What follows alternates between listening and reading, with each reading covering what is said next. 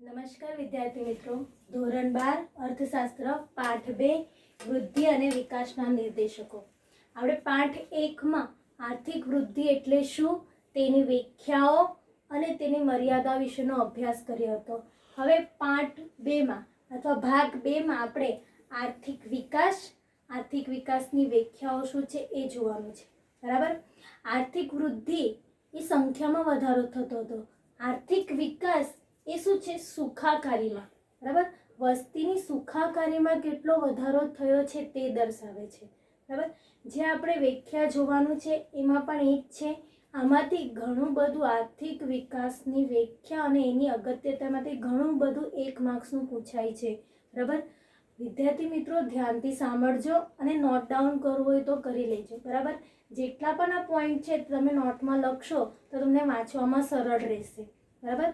કારણ કે જેટલું પણ પાઠ્યપુસ્તકમાંથી જ પૂછાય છે, પાઠ્યપુસ્તકની બહારનું પૂછાતું નથી. બરાબર. આર્થિક વિકાસની વ્યાખ્યા તમે અહીં જોઈ શકો છો. બરાબર. આ સર્વસામાન્ય વ્યાખ્યા છે, સામાન્ય શબ્દમાં લખી છે. એમાં શું કીધું છે?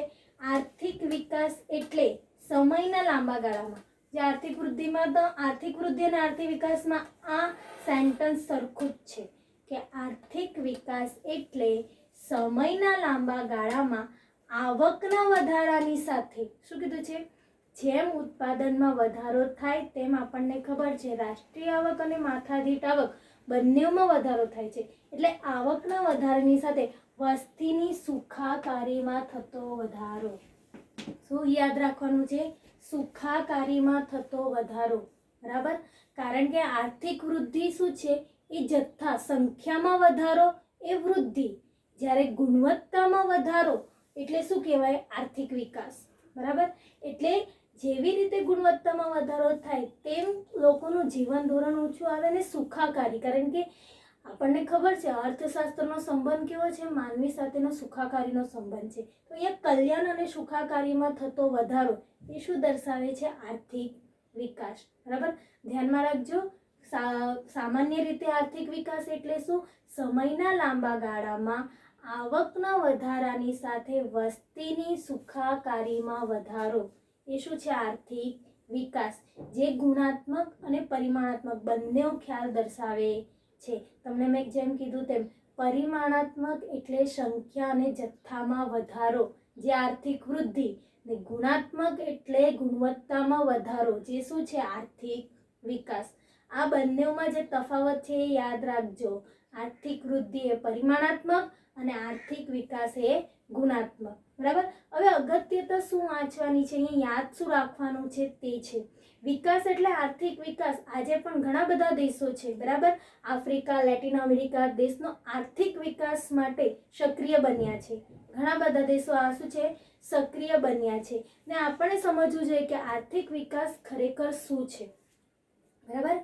આર્થિક વિકાસ ખરેખર શું છે? તો આર્થિક વિકાસ એ શું છે? પહેલો પોઈન્ટ જોઈ શકો છો. આર્થિક વિકાસ એ સતત ચાલતી પ્રક્રિયા છે. આર્થિક વિકાસ શું છે? સતત ચાલતી પ્રક્રિયા. એટલે પહેલું સેન્ટેન્સ છે સતત ચાલતી પ્રક્રિયા. જે વિકાસવાન દેશો છે, જે વિકાસ કરી રહ્યા છે. બરાબર. તો એ વિકાસ કરી રહ્યા છે, જેનું જેટલા પણ આર્થિક પ્રશ્નો છે એ સમસ્યાના નિરાકરણ માટે એ આર્થિક વિકાસ પર ભાર મૂકે છે. બરાબર. જો આર્થિક વિકાસ સતત ચાલતી પ્રક્રિયા એ વિકાસમાન દેશો માટે છે, જ્યારે વિકસિત દેશો માટે શું છે? આર્થિક વૃદ્ધિ. કારણ કે એ લોકોનો વિકાસ થઈ ચૂક્યો છે. કારણ એને શું કરવાનું છે? ફક્ત જાળવવાનું કામ છે. એ ટકી રહે તે માટે એ લોકો 2% 3% એવી રીતે વિકાસ કરે છે, વિકસિત દેશો. બરાબર. જ્યારે વિકાસમાન દેશો છે એમને સતત ને સતત આ પ્રક્રિયા શું કરવી પડે છે? ચાલુ રાખવી પડે છે, જેથી તેમના આર્થિક પ્રશ્નોનું નિરાકરણ આવે, રાષ્ટ્રીય અને વાસ્તવિક આવકમાં વધારો થાય. એ લોકોમાં વધારો થાય તો માનવીનું સુખાકારી જીવન વધે, ઊંચું જીવન ધોરણ આવે. એટલા માટે કીધું છે કે આર્થિક વિકાસ શું કરવી પડે? સતત ચાલતી પ્રક્રિયા છે. એ અટકવું જોઈએ નહીં. એટલે સતત ચાલતી પ્રક્રિયા છે. બીજું પોઈન્ટ, આર્થિક સુખાકારી પ્રાપ્ત કરવાનું સાધન છે. કયું સાધન છે? આર્થિક સુખાકારી પ્રાપ્ત કરવાનું. સતત ચાલતી પ્રક્રિયા છે એટલે લોકોનું જીવન ધોરણ ઊંચું આવે, એ લોકો સુખાકારી એટલે એ લોકોની વસ્તીમાં સુખાકારીમાં વધારો થાય. એટલે કયું સાધન છે? સુખાકારી પ્રાપ્ત કરવાનું સાધન છે. ત્રીજો પોઈન્ટ, આર્થિક વિકાસમાં આર્થિક વૃદ્ધિ, આર્થિક સુખાકારી અને આર્થિક પ્રગતિ સમાઈ જાય છે. જોજો, ઘણી બધી બાબતોનો સમાવેશ આર્થિક વિકાસમાં થાય છે. આર્થિક વૃદ્ધિ, બરાબર, વૃદ્ધિમાં ઉત્પાદનના કુલ પ્રમાણમાં વધારો થતો જાય છે. આર્થિક સુખાકારી, લોકોનો સુખાકારીમાં પણ વધારો થતો જાય છે. ને આર્થિક પ્રગતિ, આર્થિક પ્રગતિ એટલે કે રાષ્ટ્રીય આવક અને માથાદીઠ આવકમાં સતત ને સતત વધારો થતો જાય છે. એટલે આર્થિક વિકાસમાં 3 બાબતો સમાઈ જાય છે. તમે જોઈ શકો છો, આર્થિક વૃદ્ધિ પણ એમાં સમાઈ જાય, આર્થિક સુખાકારી પણ સમાઈ જાય અને આર્થિક પ્રગતિ પણ સમાઈ જાય છે. અગત્યનું છે, ધ્યાનમાં રાખજો. નોટબુકમાં લખવું હોય તો લખી શકો છો અને લખવાનું જ છે, બરાબર. હવે વિદ્યાર્થી મિત્રો, ચોથા પોઈન્ટમાં શું કીધું છે કે આર્થિક વિકાસ બહુમુખી પ્રક્રિયા છે. બહુમુખી પ્રક્રિયા, બરાબર, બહુમુખી પ્રક્રિયા. બહુમુખી પ્રક્રિયા એટલે શું? આપણે આગળના જ પોઈન્ટમાં જોઈ લીધું છે. ઘણા બધી બાબતો એમાં સમાઈ જાય છે. આર્થિક વૃદ્ધિ પણ સમાઈ જાય, આર્થિક સુખાકારી પણ સમાઈ જાય ને આર્થિક પ્રગતિ પણ સમાઈ જાય છે. એના માટે જ એને શું કીધું છે? એ બહુમુખી પ્રક્રિયા છે. એટલે ગુણાત્મક ખ્યાલ પણ છે અને પરિમાણાત્મક ખ્યાલનો પણ એમાં સમાવેશ થઈ જાય છે. એટલે અહીંયા કીધું છે કે આર્થિક વિકાસ એ બહુમુખી પ્રક્રિયા છે. 1 માર્ક્સમાં તમને પૂછાઈ શકે છે આર્થિક વિકાસ એ કેવી પ્રક્રિયા છે, અથવા MCQમાં પણ પૂછાઈ શકે છે કે આર્થિક વિકાસ એ કેવી પ્રક્રિયા છે અને નીચે તમને વિકલ્પો આપ્યા હશે તો એ વિકલ્પમાં બહુમુખી પ્રક્રિયા છે એમ કહી શકાય છે. હવે 5મા પોઈન્ટમાં જોઈએ તો વિકાસની પ્રક્રિયા દરમિયાન દેશનું આર્થિક અને સામાજિક માળખું બદલાય છે. જ્યારે પણ આર્થિક વિકાસ થાય, તમને કીધું જ છે આર્થિક વિકાસ એટલે શું? આર્થિક પ્રગતિ ને આર્થિક વૃદ્ધિ ને આર્થિક સુખાકારી. જેવી રીતે આ બાબતોમાં વધારો થાય, વિકાસ સતત ને સતત વધે, બરાબર, આર્થિક વિકાસ થાય તો શું થશે? દેશનું આર્થિક માળખું બદલાય, બરાબર, કારણ કે રાષ્ટ્રીય આવક અને વાસ્તવિક આવકમાં શું થશે? વધારો થશે. અને જો રાષ્ટ્રીય આવક અને માથાદીઠ આવકમાં વધારો થાય તો લોકોનું જીવન ધોરણ આપને આપ ઊંચું આવે, જેના કારણે શું થશે? એને સમાજમાં જીવવાની રંગઢંગ પણ બદલાઈ જશે. એટલે સામાજિક માળખું પણ બદલાય છે. આ પોઈન્ટ એ જ કહેવા માંગે છે. જેમ આર્થિક વિકાસ સતત ને સતત બદલાઈ રહેશે, સતત ને સતત ચાલતી પ્રક્રિયા છે, તો વિકાસની પ્રક્રિયા જો વધશે તો આર્થિક માળખા સાથે લોકોનું સામાજિક માળખું પણ બદલાય છે. હવે આવે છે આર્થિક વિકાસમાં રાષ્ટ્રીય આવકમાં શું ફેર પડે છે?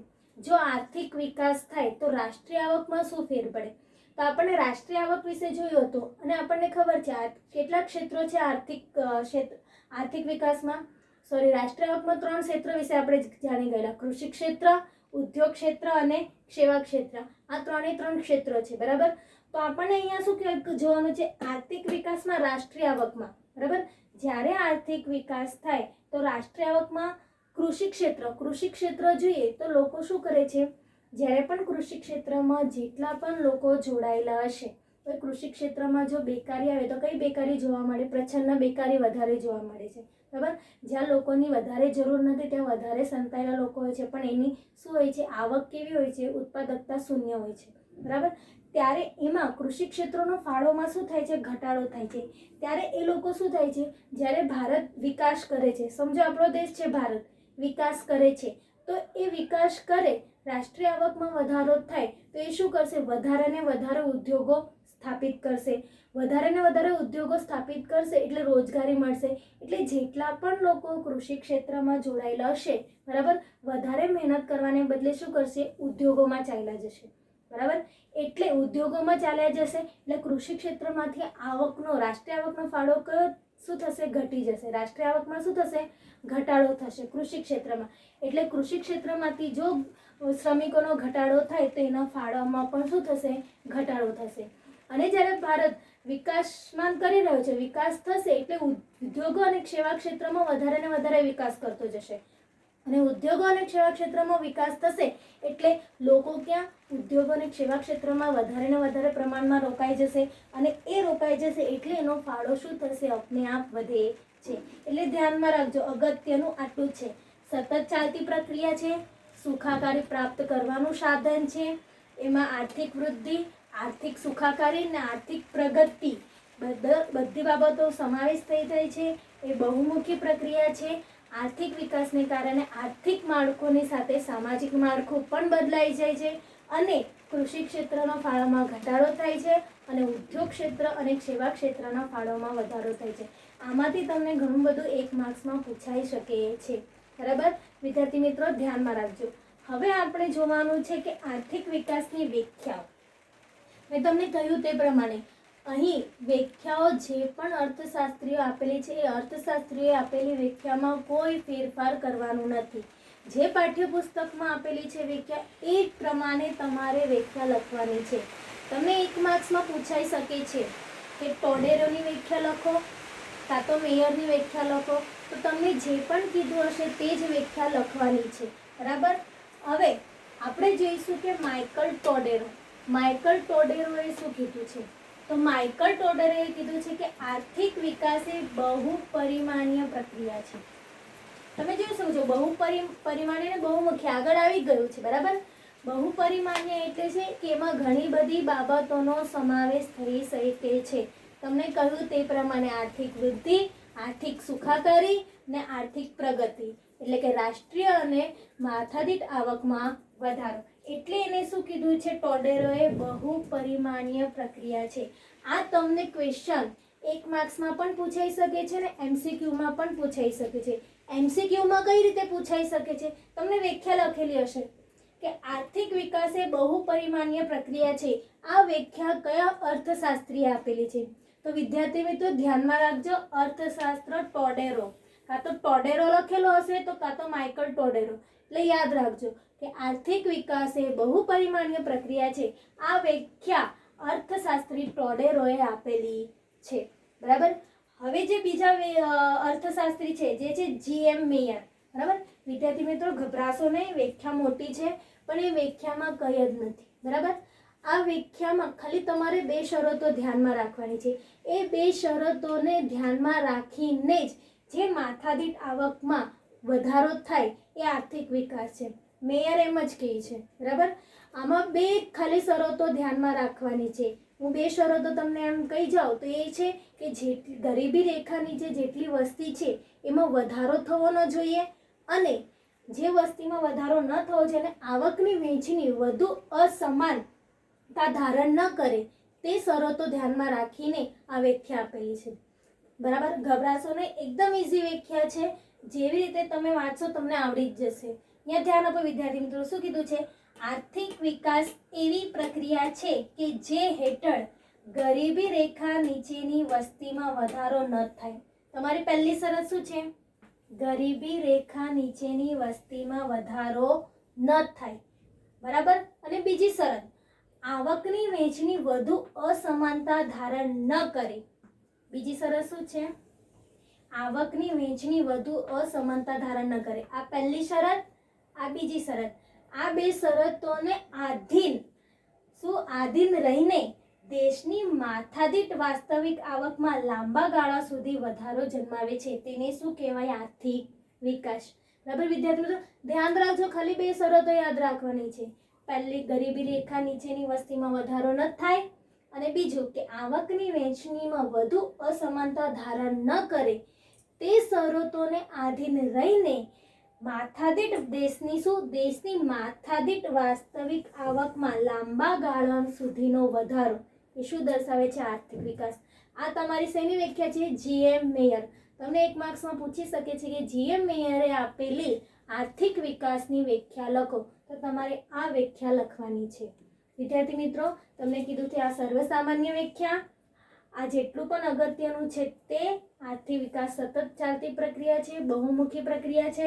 ત્યારબાદ વ્યાખ્યામાં માઇકલ ટોડેરોની વ્યાખ્યા ધ્યાનથી વાંચજો અને યાદ રાખજો કે બહુપરિમાણીય પ્રક્રિયા એટલે માઇકલ ટોડેરો જ આવશે. ને GM મેયરની વ્યાખ્યા. બરાબર. હવે આપણે આગળ મેકલપની વ્યાખ્યા જોઈએ. મેકલપે આપેલી વ્યાખ્યા જોઈએ. મેકલપ શું કહે છે? આપણે 2 વ્યાખ્યા જોઈએ, ટોડેરો અને GM મેયર.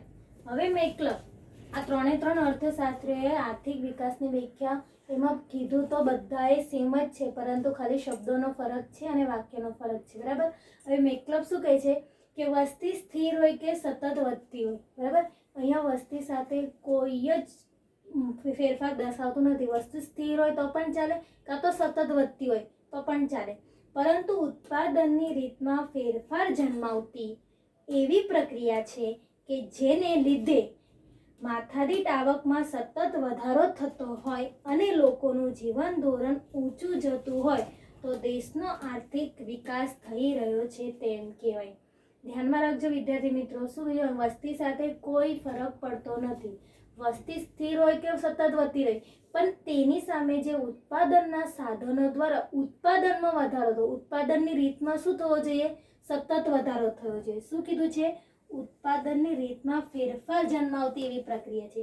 જો ઉત્પાદનના સાધનો દ્વારા જો ઉત્પાદનના પ્રમાણમાં જો સતત વધારો થાય અને એ ઉત્પાદનના ફેરફારને પ્રમાણે જે પ્રક્રિયા જેના લીધે લોકોની અથવા વસ્તીની માથાદીઠ આવકમાં જો સતત વધારો થતો હોય તો લોકોનું જીવન ધોરણ શું થશે? ઊંચું જશે. અને લોકોનું જીવન ધોરણ ઊંચું જાય તો શું થશે? કે આર્થિક વિકાસ થઈ રહ્યો છે તેમ કહેવાય. આ વ્યાખ્યા એકદમ ઇઝી છે. એમાં શું કીધું છે કે વસ્તી સાથે કોઈ ફરક પડતો નથી, વધે કે ઘટે, પરંતુ એ વસ્તીમાં જેમ જેમ સતત વધારો થતો જાય છે તેમ તેમ ઉત્પાદનના જે સાધનો છે એ ઉત્પાદનના સાધનો દ્વારા જે ઉત્પાદનનું પ્રમાણ અને રીતમાં ફેરફાર થવો જોઈએ. જો એ રીત અને ઉત્પાદનમાં સતત વધારો થશે તો લોકોની માથાદીઠ આવકમાં વધારો થશે, અને જો લોકોની માથાદીઠ આવકમાં વધારો થાય તો લોકોનું જીવન ધોરણ પણ આપને આપ ઊંચું આવશે અને લોકો સુખાકારી જીવન પ્રાપ્ત કરશે. કારણ કે અર્થશાસ્ત્રનો સંબંધ શું છે કે લોકોનું કલ્યાણ અને સુખાકારી પ્રાપ્ત કરે, લોકો કલ્યાણ અને સુખાકારી પ્રાપ્ત કરે. જો લોકોનું ઊંચું જીવન ધોરણ પ્રાપ્ત થાય તો આર્થિક વિકાસ થઈ રહ્યો છે તેમ કહી શકાય છે. એક્ઝામ્પલ તરીકે તમે લઈ લો તો ભારત કેવો છે? વિકાસમાન દેશ છે. એટલે એને જ્યારે પણ આર્થિક પ્રશ્નોનું નિરાકરણ કરવું હોય તો આર્થિક વિકાસ પર ભાર મૂકવો પડે, બરાબર. ભારતમાં આપણને ખબર છે એની વસ્તી સ્થિર નથી, સતત ને સતત વસ્તી વધે છે. ભારત પણ એવું જ કરે છે. જેમ એની સતત ને સતત વસ્તી વધે છે તો એ શું કરે છે કે ઉત્પાદનની રીતમાં ફેરફાર લાવે છે, બરાબર. તો જેટલી પણ વસ્તી વધે છે એટલા પ્રમાણમાં ઉત્પાદનમાં વધારો કરે છે, અને ઉત્પાદનમાં જેટલા પ્રમાણમાં વધારો થાય તો એ વસ્તી જેટલી વધી છે એના પ્રમાણમાં જો વધારો કરે તો એની માથાદીઠ આવક શું થશે? વધશે. અને જો માથાદીઠ આવક વધશે તો લોકોનું જીવન ધોરણ આપને આપ ઊંચું આવશે, અને જો લોકોનું જીવન ધોરણ ઊંચું આવે તો ભારત આર્થિક વિકાસ કરી રહ્યું છે તેમ કહી શકાય છે. મેકલબ એમ જણાવે છે, બરાબર. આ ત્રણે ત્રણ વ્યાખ્યામાં તમે જોઈ શકો. માઇકલ એમ કહે છે બહુપરિમાણીય પ્રક્રિયા છે, એમાં ત્રણે ત્રણ બાબતોનો સમાવેશ થાય છે. જીએમ મેયર 2 શરતો આપે છે. એ બે શરતોમાં આપણે જોયું કે ગરીબી રેખા નીચે રહેતી વસ્તી વધવી ન જોઈએ અને જે આવક છે એની વહેંચણી અસમાનતા ન હોવી, એ શરતોને આધીન રહીને માથાદીઠ આવકમાં સતત લાંબા સમયગાળામાં વધારો થવો જોઈએ. ને મેકલબ શું કહે છે? વસ્તી સ્થિર હોય કે વધતી હોય, સતત વધતી હોય, તેનાથી કંઈ ફરક નથી પડતો, પરંતુ ઉત્પાદનમાં જે ફેરફાર આવે છે ને જે ઉત્પાદનના ફેરફારના પ્રમાણમાં માથાદીઠ આવક વધે અને લોકોનું જીવન ધોરણ જો ઊંચું આવે તો આર્થિક વિકાસ થઈ રહ્યો છે તેમ કહેવાય. વિદ્યાર્થી મિત્રો, આજે આ ભાગ 2 માં આપણે આર્થિક વિકાસ, એની અગત્યની બાબતો અને જે 3 વ્યાખ્યા આપેલી હતી અર્થશાસ્ત્રીઓ માઇકલ ટોડેરો, જીએમ મેયર અને મેકલબ, આટલું ભણ્યા છે. તમને કંઈક પણ પ્રોબ્લેમ હશે તો તમે મને ઓનલી વોટ્સઅપ મેસેજ દ્વારા મેસેજ કરીને મેળવી શકો છો એના આન્સર, અને કંઈક પણ પ્રોબ્લેમ હશે તો એના પર જણાવશો. આભાર.